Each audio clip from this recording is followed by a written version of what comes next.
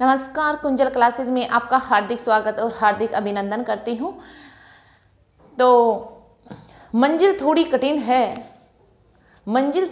है लेकिन हिम्मत नहीं हारूंगी। मंजिल थोड़ी कठिन है लेकिन हिम्मत नहीं हारूंगी।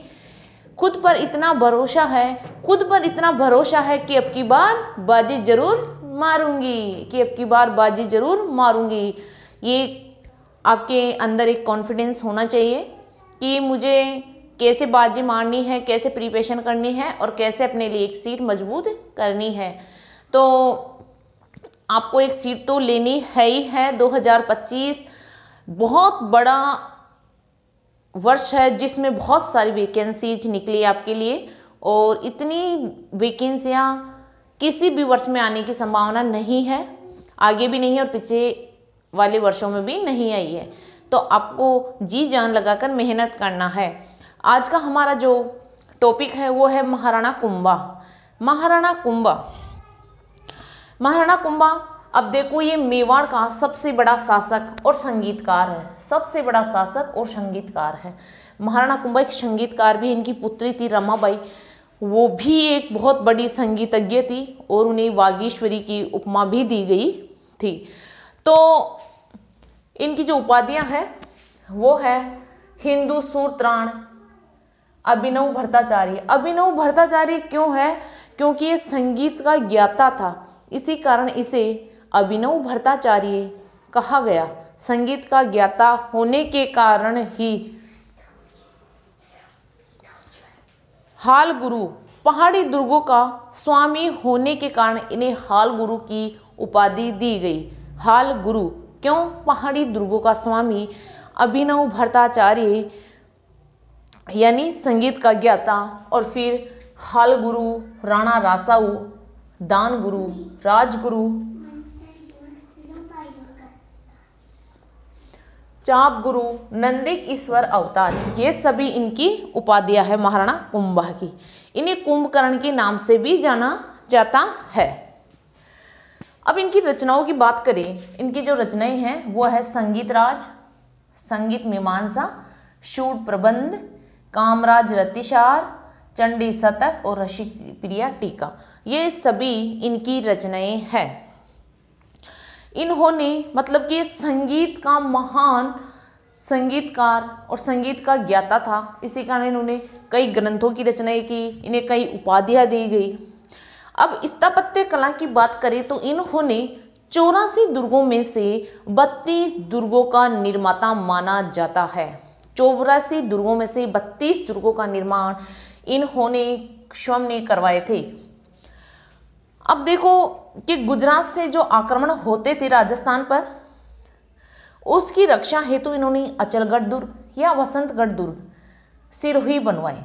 सिरोही में एक दुर्ग बनवाया जिसका नाम था अचलगढ़ दुर्ग, जिसे वसंतगढ़ दुर्ग के नाम से भी जाना जाता है। इन्होंने इस दुर्ग का निर्माण इसलिए करवाया था क्योंकि जो आक्रमणकारी गुजरात से होकर राजस्थान में आक्रमण करते थे, उस आक्रमण को रोकने के लिए इन्होंने अचलगढ़ दुर्ग, सिरोही का निर्माण करवाया था। फिर कुंभलगढ़ दुर्ग में एक दुर्ग है जिसे अंतः दुर्ग बोलते हैं, जिसे कटारगढ़ दुर्ग भी कहते हैं।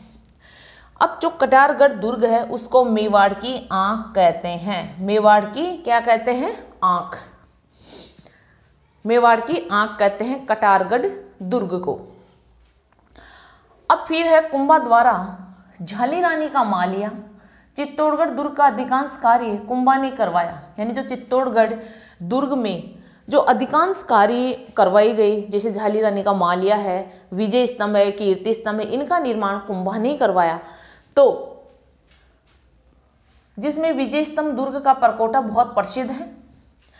अब कुंभा ने एक मालवा विजय या सारंगपुर विजय के उपलक्ष्य में विजय स्तंभ या कीर्ति स्तंभ की रचना की। चित्तौड़गढ़ दुर्ग में ही विजय स्तंभ या कीर्ति स्तंभ की रचना की। तो विजय स्तंभ को भारतीय मूर्तिकला का विश्वकोश या फिर हिंदू देवी देवताओं का अजायब घर के नाम से जाना गया है। इसको इंपॉर्टेंट लगा लो, ये क्वेश्चन कई बार एग्जाम ऐसे के ऐसे छपा हुआ है। हिंदू देवी देवताओं का अजैबघर और भारतीय मूर्ति कला का विश्व कोश कहते हैं। विजय स्तंभ, ये 2012 पुलिस में भी आया हुआ है और सेकंड ग्रेड फर्स्ट ग्रेड में भी ये क्वेश्चन ऐसे कैसे छपा हुआ है। अब देखो, गुजरात मालवा का सुल्तान था मोहम्मद शाह और कुंभा की मध्य शत्रुता का सबसे बड़ा कारण था महपा पवार को शरण देना।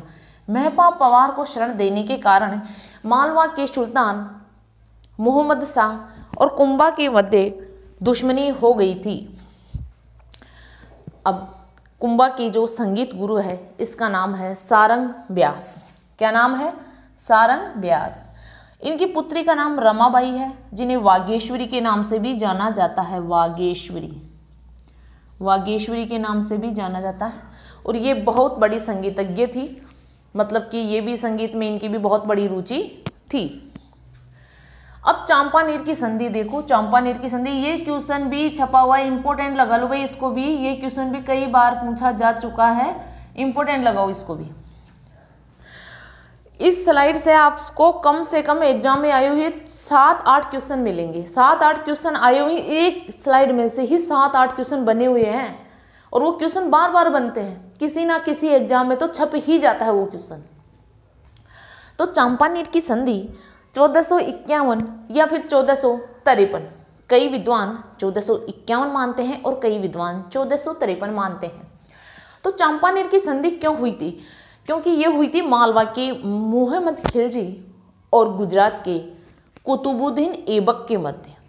उन दोनों का उद्देश्य था कि कुंभा के साम्राज्य पर आक्रमण करना और फिर आक्रमण कर उसके राज्य को दोनों में बांट लेंगे। लेकिन दोनों की नीति क्या हुई? असफल। दोनों कुंभा पर आक्रमण करने में असफल हो गए और उनका जो सपना था वो धूल में मिल गया। तो चांपानेर की संधि क्यों हुई थी? पहला कारण कुंभा के साम्राज्य को बांटने हेतु, ये मुख्य कारण था चांपानेर की संधि का। किस किस के मध्य हुई? क्वेश्चन ऐसे भी बनता है कब हुई, क्वेश्चन ऐसे भी छप सकता है कि कौन से राज्य में हुई, मेवाड़ में। क्वेश्चन ऐसे भी छप सकता है कि क्यों हुई थी, कुंभा के साम्राज्य को बांटने हेतु।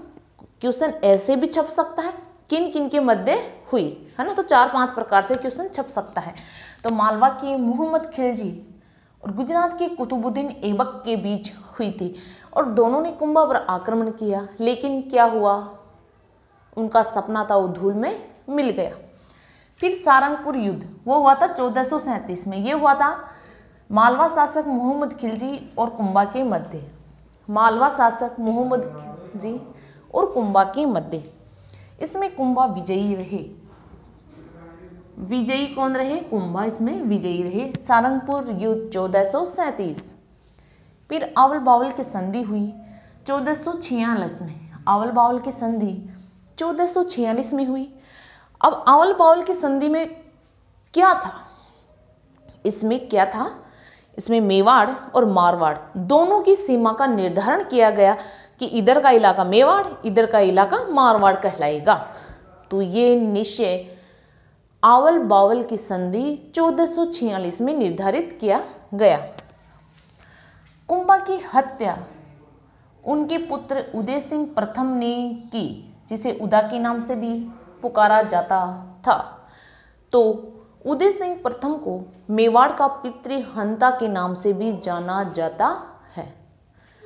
तो पितृहंता कौन है? उदय सिंह प्रथम, जिन्होंने अपने पिता कुंभा की हत्या की। तो ये slide very very very important है। फर्स्ट ग्रेड हो, चाहे सेकंड ग्रेड हो, और चाहे आपके थर्ड ग्रेड हो, चाहे आपकी रीट पात्रता परीक्षा हो, सभी के लिए ये क्लास इंपॉर्टेंट होने वाली है। अब एक महत्वपूर्ण सूचना जो मैं आपके लिए रीट प्री एसएसटी का बैच चला रखी हूँ, उसमें कौन रेगुलर स्टूडेंट है वो कमेंट करके मुझे ज़रूर बताएं, क्योंकि मैं थोड़ा दूसरा बैकग्राउंड बैच चालू करने में हूँ। तो आप मुझे एक बार कमेंट करके बता दीजिए कि कितने स्टूडेंट रेगुलर है, ताकि मैं आपका उसी के अकॉर्डिंग बैच शुरू कर सकूँ, है ना। तो मुझे कमेंट करके एक बार आप ज़रूर बताना, ठीक। आप इसका स्क्रीनशॉट ले लीजिए।